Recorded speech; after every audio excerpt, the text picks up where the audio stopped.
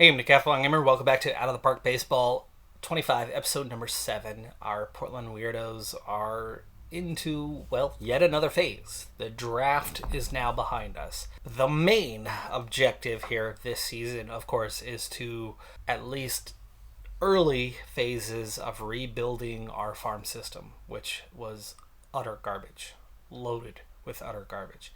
We need players with potential. We need players that can then add value, and from that value we can trade up and get more and more increasing value to eventually use that as capital to invest into the senior club, because, well, one, we're on a tight budget, two, we're not exactly a big destination. It's going to be a difficult sell for us to go out and acquire top free agents, so trades are going to be really important to finding some sort of progress with this club. And that's why I'm starting down at the bottom. Now, the first phase was to take the worst players in our farm system and try to trade lots of them for at least something that was better in return. That phase is behind us now, and we're definitely ready to move on to the next stage of that and take ones with, low value, and try to turn it into something with actual major league potential, actual value. We'll see if we can do that, or whether we're going to be kind of back on phase 1, where it's just, you're taking this crap and giving me something at least maybe fringe major league level. We'll be happy to take that. Otherwise, we're going to be back into what we did previously, and that is releasing a lot of players. Because, well, for one thing, trying to know what I have. The screen we're on right now is our scouting tasks, and we are going through trying to get to know our farm system a bit better. We're almost done scouting the AAA players, and then we've got all of AA after that, and that still leaves a lot of teams within our farm system to get to know. By this point of the season, the injured list has grown quite a bit, but a lot of those guys are just down in the minor leagues, and of course we have so much depth there that it really doesn't matter much. But once we look past our senior squad with all 26 players, and I love that there's only 31 on the 40-man roster, that really eases the burden. But AAA has 30 right now, and the lowest is just a few 1.5-star guys, and then you're right into fringe 2 to 2.5, even 3.5 with Lawrence Butler, and Lawrence Butler looking like he might be ready to make a debut, but this is almost one of those contract situations where you keep him in control and bring him up at the start of the next season, especially when you do have an Armenteros already, and he's only at a similar level. What do you do with Armenteros? Well, probably turn around and try to trade him or move him into a more suitable position, maybe a Florial who we picked up, waiver wire, you trade somebody like that. Anyway, he's one of our guys to keep an eye on, right? He's probably our best prospect right now in terms of what's ready to come on up. But down at AA level, where we're going to start our scouting soon, you can see there's definitely a bottom end. There's a good 7-8 players that don't add much value. Would love to see a deal of packaging damn near that entire group, getting something in return, which would then free up some other candidates come up. And our A+ definitely has some potential, and plenty of 2-star guys too. But then, just like the AA group, here's a good 10 players that we need to do something with. You can see how weak we are at catcher. I think catcher's something we're going to have to address almost right away. Now, our regular A does not have much potential in it, and has a lot of these ones that have a little more value than what we were trying to deal before, but just really not a lot going on. But it's in the rookies where things have changed, and it's forcing our hands to go back, deal with thinning our numbers out a bit. Because now that we've had the draft, and now that I went and found a whole lot of suitable, somewhat valuable players to sign to minor league contracts on a free, now all of a sudden there's a lot of potential in this rookie league. A lot of potential in this rookie league. And then there's a lot of, at least a little bit of value in this rookie league, and we're down to a single catcher who is only 1-star. That's where we've got to deal with this, because, I mean, the reality of what we have is we have about 40 players too many right now in our farm system for them to grow and develop. And looking at it, I mean, it's clear that there's probably a good 8 to 10 that we're better off just dumping them, letting them go. And among those, there's 4 catchers. So we're hurting for depth on catchers. So we might actually need to go look to sign some free agent catchers that have a bit more value than those 4 guys have as replacements. But then we really need to get active in trades once again and see if we can find somebody who's ready to deal. Even if we're only getting 2-star guys for 1.5-star guys, it's still forward momentum. It's still adding value, because those 1.5-star guys are never going to play as pros. So what's the point of having them around? Not high quality, but we are able to grab about 8 catchers that all have 1.5-star potential, which is at least a step in the right direction and can instantly replace all those 1 or half-star catchers that we have, and also actually add more than what we're taking away. Likewise, other guys that can play the catcher position but have some 2-star potential. We could use a few relievers and right fielders and just add that depth into this project of what we're trying to do. We have good scouting reports on almost all of them too, so fairly accurate stuff. Right out the box with the upgraded plan now of putting in the low-level quality but not the garbage players. It's already paid off. Our very first deal, I have an 8-player deal with a single 2-star potential pitcher and then a slew of 7 1.5-star potential guys for Yandel Ricardo, who's a 3-star potential third baseman, 17 years of age, who looks like he could be a legit pro. He's only a AA or rookie league guy, rookie league 17-year-old guy. I mean, this is early, but you know, with potential, Yandel Ricardo. And what are we gonna give up? Well, the 8 aforementioned players and Shane McGuire, 2-star potential, 1.5 current, AA, hitting 236. You betcha I will add Shane McGuire. Complete trade. By my 4th attempt, I'm already finding another deal is going to come together for us. We have another 3-star prospect down at the rookie level, 17. This seems to be territory because they're uncertain. They're so young. They're so far. But this is a very, very high power guy who can just about hang as, like, say, a DH. And we're a team really lacking power, so I don't mind going for someone such as that. They do want a lot of our kind of better prospects, but here's one example of one that could work out perfect. Estevan Florial is somebody that we just picked up from Cleveland off of waivers. He's hitting 179 for us right now in 112 at-bats. He's getting a lot more time for us than he did for Cleveland. He's played 29 games since coming over on the waiver, where he played 49 before that, and yet he's got more at-bats. So definitely somebody who is seeing the field a little bit more, but not performing well. So he's looking like a bit of a bust right now, but still showing potential. So is that somebody we want to give up? Well, for one, it saves salary, and we literally got him for free and could net us, a pretty decent prospect in return. Or we go for one of the other guys who has been around. We've got a high A 2-star 27-year-old. That's how little we like him. He was at AA a year ago. This year, the manager has put him at A ball. That seems like a pretty easy choice for me, and that's the one we're going to take. We'll go ahead and let David Leal go. It's a guy who's going the wrong direction and seems to be as good as he's ever going to be. So this is now how we do it, because now we're starting to add some real potential, higher level potential than what we had. They're not all going to work out, but what we're giving up is some pretty weak stuff.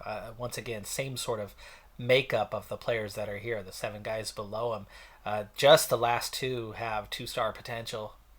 Everybody else is 1.5 or below. So it's the garbage that we were about to just release for free, plus a couple guys that were and a third one that's actual 2-star now for a 3-star prospect.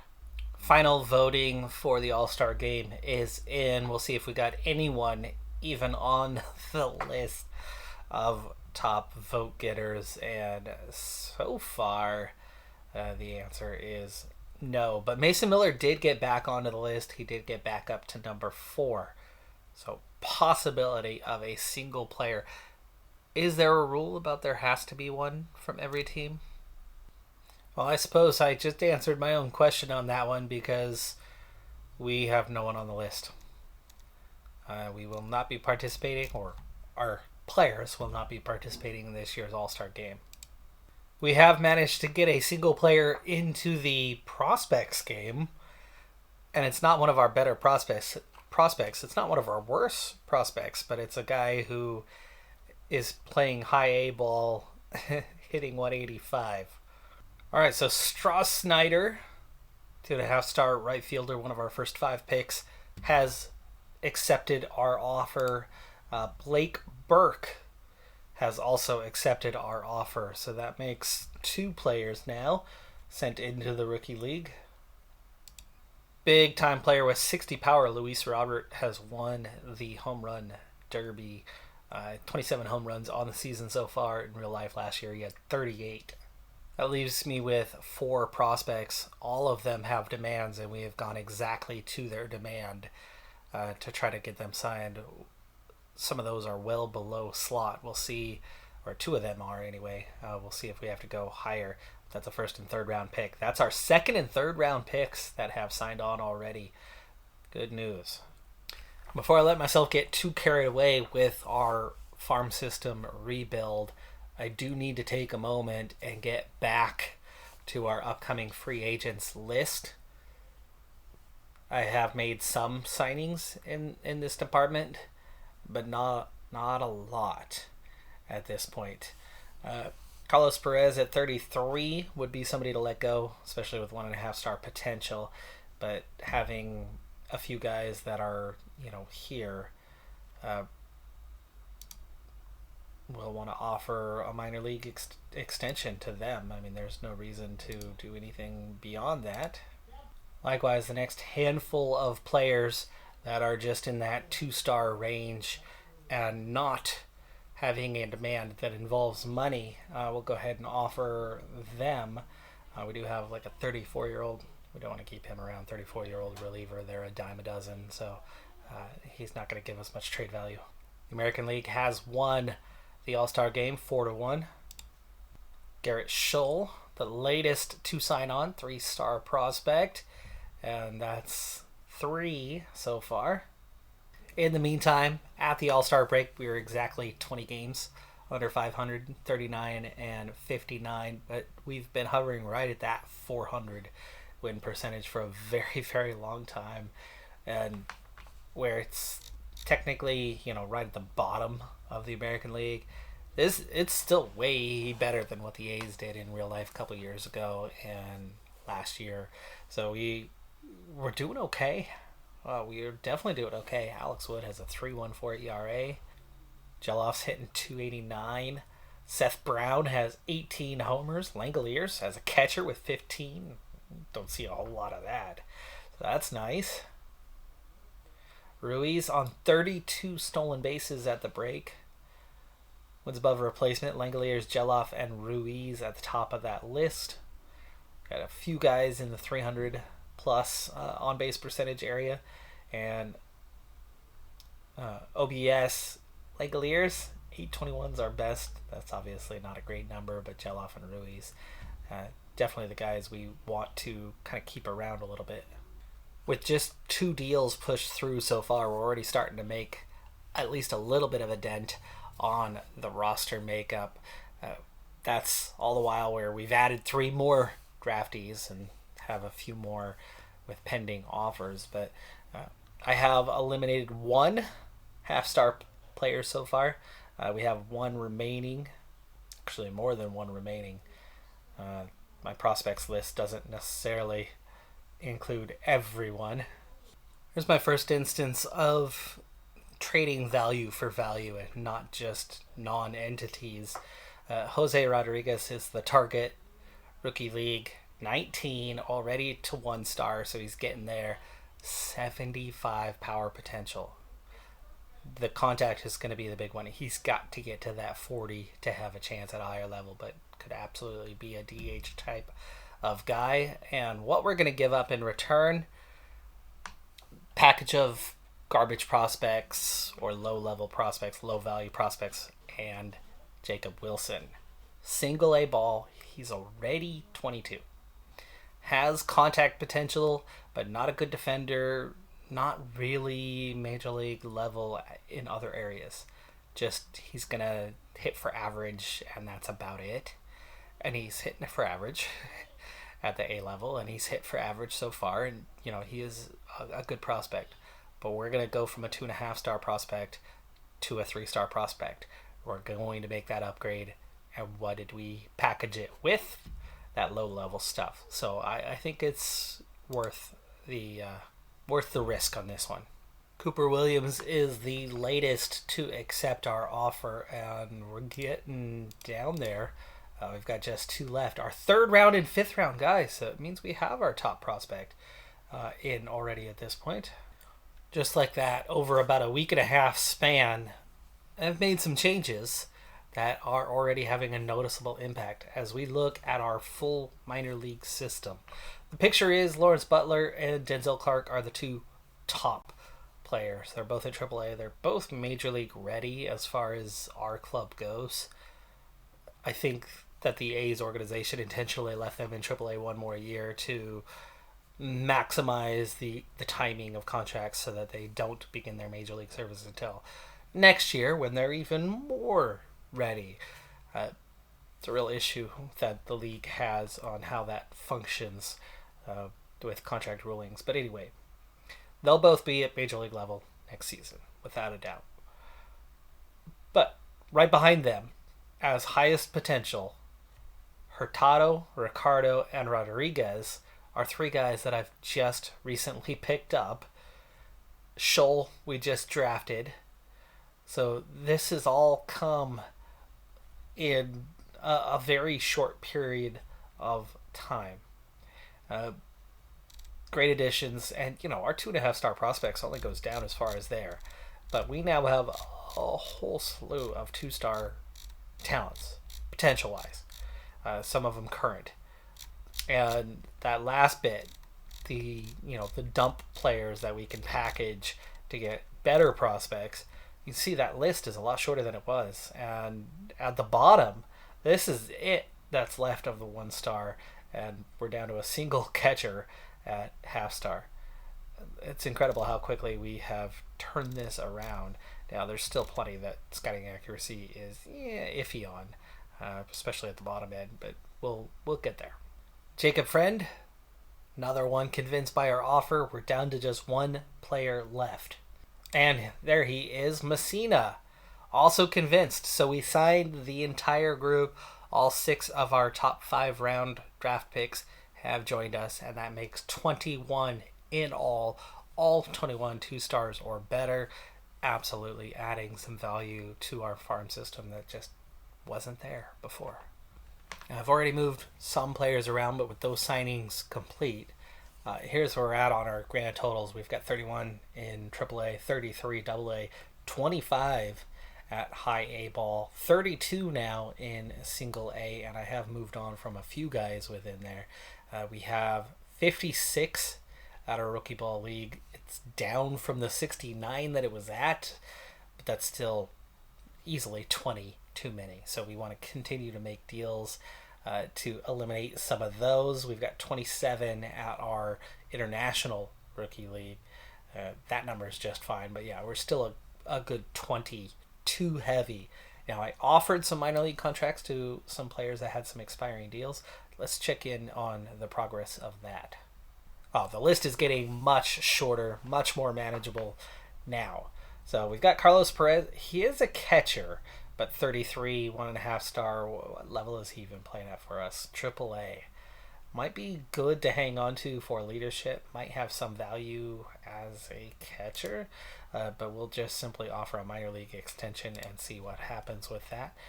Here's two guys. We've got a 27-year-old. That's an obvious one, and it looks like we've already offered. It's still pending. And then Aaron Brooks. We'll not worry about that one.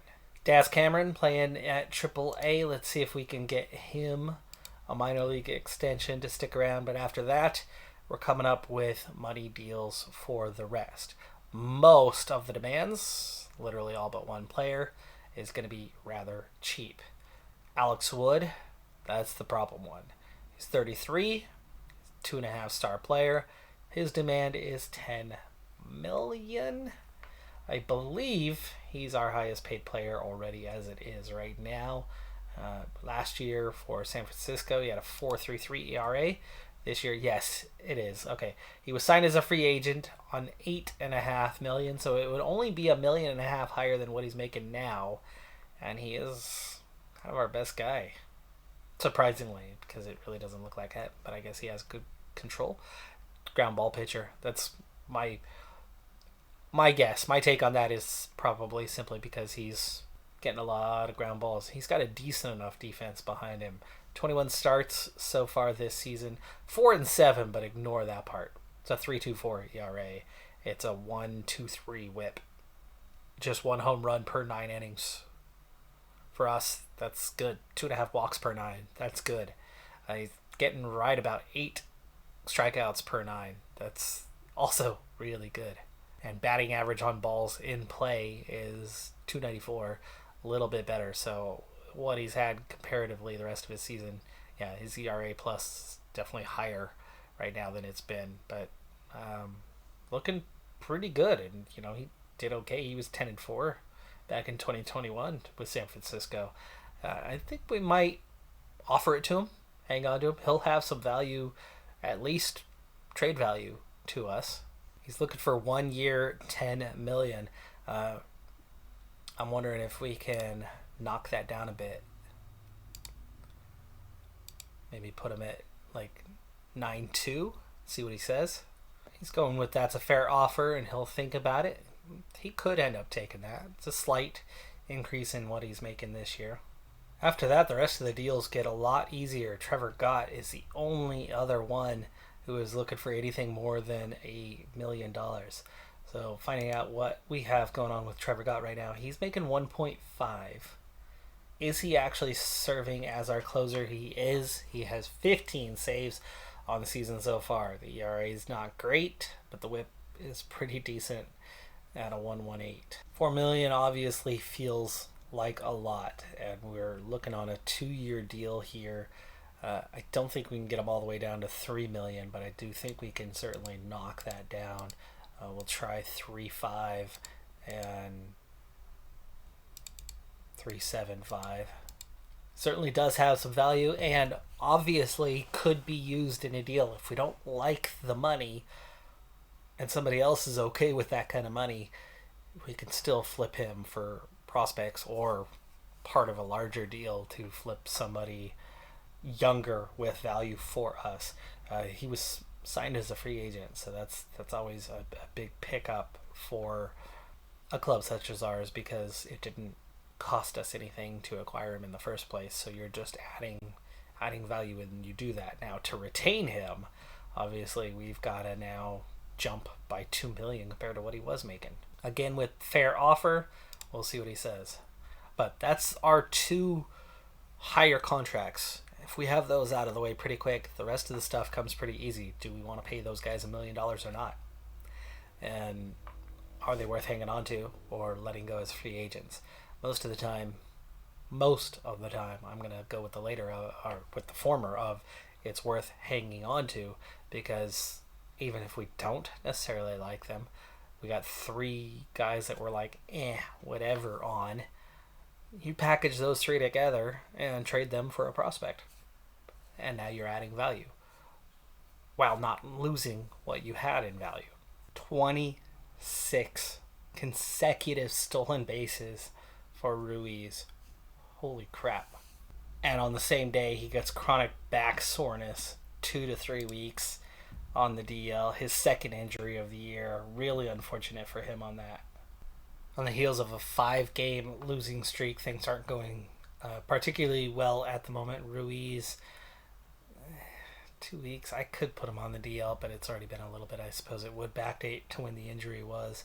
But we don't need to call anyone up under the current circumstances, so I'm going to leave that as is. But you can see our 2.5 star range with Ruiz, the only 3-star guy amongst fielders. And taking a look at batting averages, we got a 194 with Florial, which we saw that one before. Everybody else is at least hitting 200 something. OPS, a lot of 700s, but Pozo Alvarez not doing very well. Averages when ball in play, like how Langoliers is doing with that. His win above replacement is also very good. Rengifo is not doing much for us. Nor is Florial. Yeah, that's 34 stolen bases, with just twice caught stealing all season. And then he's not alone. I mean, Geloff has 18. Mateo has 10. Langoliers has 9. We've got some decent pace. Looks like our normal lineup is Florial hitting leadoff, which is weird right now, with Ruiz at third, batting third in the lineup. Langoliers down at 7th, even though he's doing well. And as for our pitching, it's Mason Miller who comes in as top dog. Everybody else is at 2.5 stars. And the simple numbers down here at the bottom, you've got Mason Miller, a 3.13, Sears 3.60, Alex Wood 3.24, Paul Blackburn, the one who's struggling a little bit, 5 ERA. It's been under 5 all season long, but only just. And he's the one that you kind of go, well, wait a second. You're 30 years old. You're already making $3.5 million. He's got one more year left, but with arbitration, and he's not necessarily doing much for us. He's one maybe you're like, well, do we really want to keep him? Other than that, starting lineup looks pretty good. Trevor got with those 15 saves, but not a great ERA. Liberatore is somebody we picked up. Backup closer. No saves for him yet. Sean Newcomb's doing really well. Middle relief. Used more often, but only 40 innings pitched. But I think we had a big change after we brought in Liberatore. The rest of these guys pretty much started. Brady Basso's doing a not good job. 8.25 ERA after 60 innings. He was at AA last year. Did well there, sure, but a last check-in following up with this 6-game losing streak that we're on, actually. 40-65 now. Well out of contention, but that was never even a factor this season, and we're definitely dropping off the Tigers a little bit here with this 2-8 in our last 10, 6 losses in a row stretch. It's really just, I think, the second stretch this season where we've been consistently bad for a while. We definitely want to snap out of this soon, but we're only 105 games in, so plenty of season still to come. This now knocks us below Nationals Marlins. We're already behind the entire NL Central. And then the Rockies, we're 8 games ahead of them. That's what struggling looks like. But we do have the second worst record now, so we've dropped to 29th out of 30. But again, still looking better than the Rockies. I just saw a highlight of the Rockies with the ball hit between short and third. Could be a playable ball, but the shortstop's not able to play it. Then it heads out to left field, and the left fielder misses it. It goes all the way to the fence, and it ends up being an inside the park home run. After mistakes on the throws, on trying to get the ball back into home plate, just, oof, gosh, they look bad. They look really bad defensively. not just offensively, but defensively. And that's one area where we're just not as bad, right? Offense is not good. 28th and 27th. That dropped back down a little bit from where it was. But defensively, 23rd, 24th, 24th is just mediocre, right? Could be worse.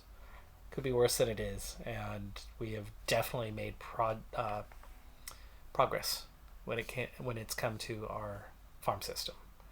Project's far from done. We're going to finish right on through this season working on scaling up that level of talent, and then go into another phase next year. But I'm happy with the progress we've made so far. I think, obviously our trade rating is looking pretty good too, so it seems to agree with me that we are certainly making some progress. That is going to do it for this episode, though. I'm Decathlon Gamer. Like, comment, subscribe, and I'll see you next time. Have a good one. Be safe out there. Bye for now.